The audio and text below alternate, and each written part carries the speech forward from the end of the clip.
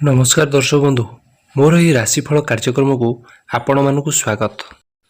यही भिडटी कन्या राशि व्यक्तिशेष मानी अत्यंत महत्वपूर्ण होगापी जाऊँगी कहीं आपण मैंने थंबनेल देखि सारी आम क्यों विषय आलोचना करने जाऊे। प्रथमतः 2026 आपण शुभमय हो एवं हार्दिक अभिनंदन 2026 मोर आम आलोचना करवा एमती किसी घटना माने जोटा कि ए 6टी घटना हेकरी ही रहिबो 2026 रे आपण लेखिकी मध्य रही पारंती। आपणकर 90 रु 95% 90 रु 95% एई सब घटना निश्चय घटिकी रहिबो कहीं ना ग्रह गोचर ही 2026 रे सेमती ही परिवर्तन घटुची। विशेष करी शनि ग्रह राहु को स्थान बृहस्पति को स्थान एवं केतु को स्थान मध्य तेणुकरी आमे विशेष आलोचना करा जीवो ए वीडियो रे।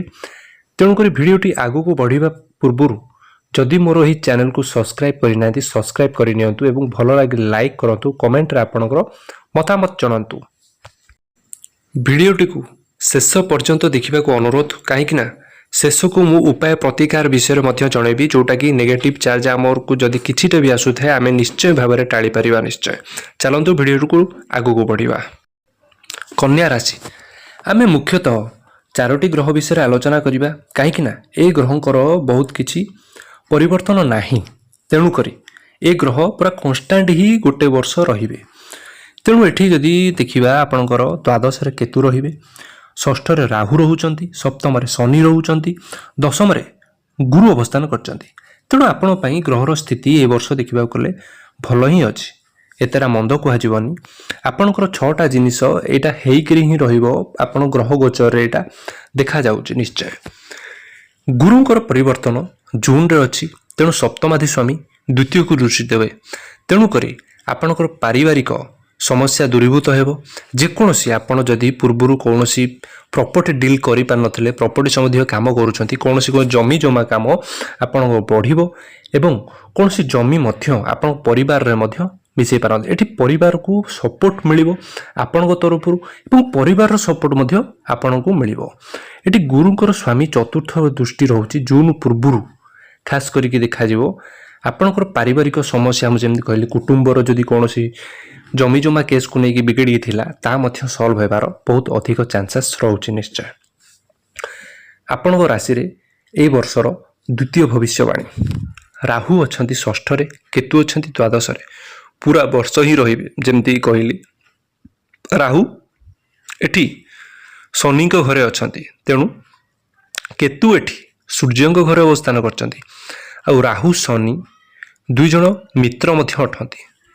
षष्ठ घर ऋणर होइथाय, कंपटीशन रो होइथाय।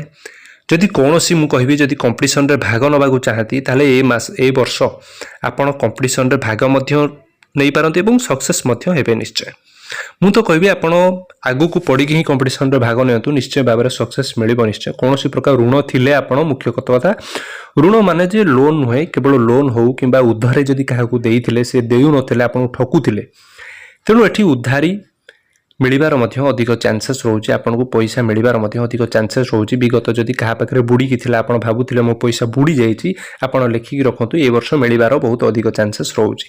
एवं एमिति भी हेइ पारे आपण जदि कोनोसी गृह निर्माण कार्य को जदि कोनोसी स्टडी क्षेत्र को जदि लोन नेबा पई चाहुथिले, लोन मध्य हेइ पानथला ताले ए वर्ष किछि ना किछि आपण को राशि रे लोन नबार मध्य संभावना बहुत अधिक देखा जाउची। निश्चय एठी जदि देखिबा आपण गेम स्पोर्ट्स रे मध्य अधिक भाग नबार एवं स्पिरिचुअल अधिक मात्रा रे स्पिरिचुअल ट्रैवल मध्य आपणकर रहिबो। धार्मिक स्थान यात्रा मध्य आपणकर रहिबो, से परिवार को नेकी हो, सांग साथी के नेकी हो किंबा आपण स्वामी स्त्री के मध्य।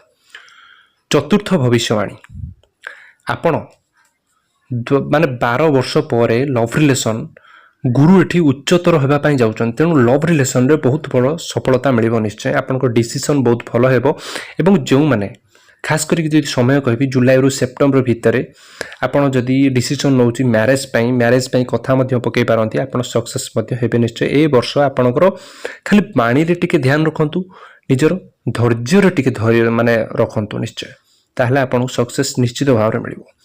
आपणकर पंचम भविष्यवाणीटी होउची 2026 आपण कैरियर क्षेत्र ଏଠି କ୍ୟାରିୟର କ୍ଷେତ୍ର ଆପଣଙ୍କର ଉନ୍ନତି ହେବ।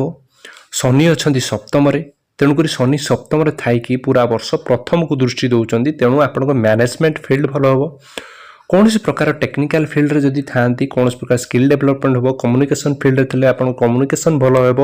ଆପଣ ଟାର୍ଗେଟ୍ ବେସ୍ରେ ଥିଲେ ଟାର୍ଗେଟ୍ ବେସ୍ ମଧ୍ୟ ଆପଣଙ୍କର ପୂରଣ ହେବ ନିଶ୍ଚୟ। ଏଠି ଜବ୍ ଅପରଚ୍ୟୁନିଟି ଭଲ ଆସିବ। ଜୁଲାଇରୁ ଆପଣଙ୍କର ଜବ୍ ଅପରଚ୍ୟୁନିଟି, ଯେଉଁମାନେ ଜବ୍ଲେସ୍ ଅଛନ୍ତି ସେମାନେ ପାଇବାର ମଧ୍ୟ ବହୁତ ଭଲ ଚାନ୍ସେସ୍ ମିଳିବ ଆପଣଙ୍କର ଏ ବର୍ଷ। ଏବଂ ଗୁରୁ ଯେହେତୁ ଅଛନ୍ତି ଆପଣଙ୍କ ଫାଇନାନ୍ସିଆଲ କଣ୍ଡିସନ୍ ମଧ୍ୟ ଗ୍ରୋଥ୍ କରାଇବେ ନିଶ୍ଚୟ। ଉଚ୍ଚ ସ୍ତରରେ ଆପଣଙ୍କର ଫାଇନାନ୍ସିଆଲ କଣ୍ଡିସନ୍ ବହୁତ ମଜବୁତ କରାଇବେ। ଆପଣଙ୍କର ଏ ବର୍ଷ ଷଷ୍ଠ ଏବଂ ଅନ୍ତିମ ଭବିଷ୍ୟବାଣୀଟି କ'ଣ? ଆପଣଙ୍କର ବିଦ୍ୟାର୍ଥୀଙ୍କ ପାଇଁ ପାଠ ପଢ଼ାରେ ଯଦି ମନ ଲାଗୁନଥିଲା, ଏ ବର୍ଷ ଗୋଟେ ଆହେତୁକ ପରିବର୍ତ୍ତନ ଘଟିବ। ଖାସ୍ କରିକି ଯଦି କହିବି 3 ମାସ ଜାନୁଆରୀ ଫେବୃଆରୀ ମାର୍ଚ୍ଚକୁ ଛାଡ଼ିଦେଲେ, କାହିଁକିନା ଜାନୁଆରୀ ଫେବୃଆରୀ ମାର୍ଚ୍ଚରେ ଆପଣ ଟିକେ କନଫ୍ୟୁଜ୍ ରହିବେ କି ମୁଁ କେଉଁଠି ଆଡ଼ମିସନ୍ କରିବି, କି ମୁଁ ଯେଉଁଠି କଲେ ଠିକ୍ କଲି କି ନାହିଁ। ଆପଣଙ୍କର ଏମିତି ଗୋଟେ ମନରେ ଦ୍ୱନ୍ଦ୍ୱ ଭଳି ଆସିବ।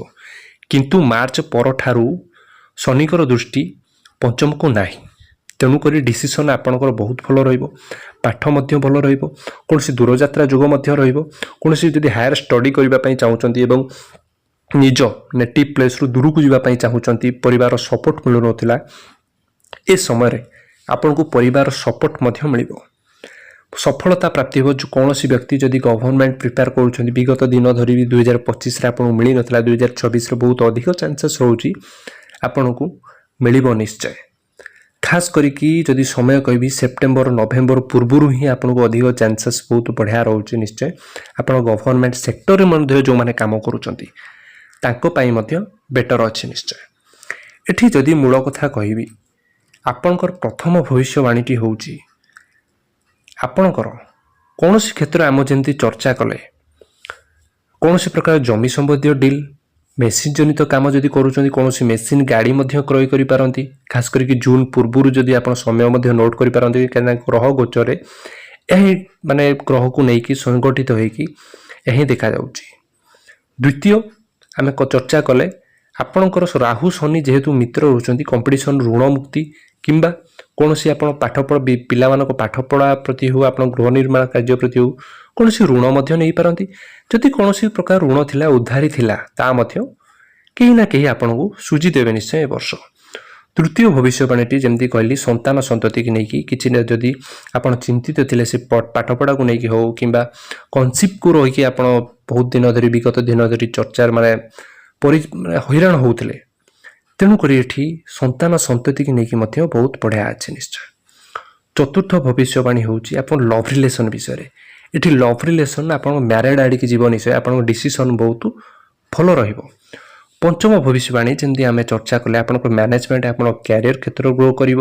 ଆପଣ ଯେକୌଣସି ଫିଲ୍ଡରେ ଥାଆନ୍ତୁ, ଆପଣଙ୍କ ପାଇଁ ଏଠି କ୍ୟାରିୟରରେ ଗ୍ରୋ ଦେଖିବାକୁ ମିଳିବ ନିଶ୍ଚୟ।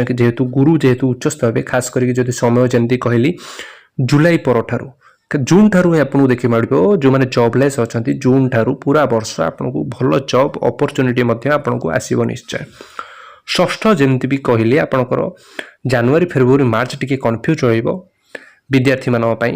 ତାପରେ ଗଭର୍ଣ୍ଣମେଣ୍ଟ ସେକ୍ଟର ଯେଉଁମାନେ କାମ କରୁଛନ୍ତି, ରାଜନୀତି କ୍ୟାରିୟର କରୁଛନ୍ତି ଏବଂ ବହୁତ ବଡ଼ ପଦବୀରେ କରୁଛନ୍ତି, ତାଙ୍କ ପାଇଁ ମଧ୍ୟ ଏଠି ଜୁଲାଇରୁ ବହୁତ ବେଟର୍ ସମୟ ଆସିବ ନିଶ୍ଚୟ। ଆପଣ ଲେଖିକି ମଧ୍ୟ ରଖିପାରନ୍ତି। ଆପଣ ଏଇଟା ହେଉଛି ସଫଳତା ପ୍ରାପ୍ତିର ଯୋଗ ନିଶ୍ଚୟ ଜୁଲାଇ ପରଠାରୁ।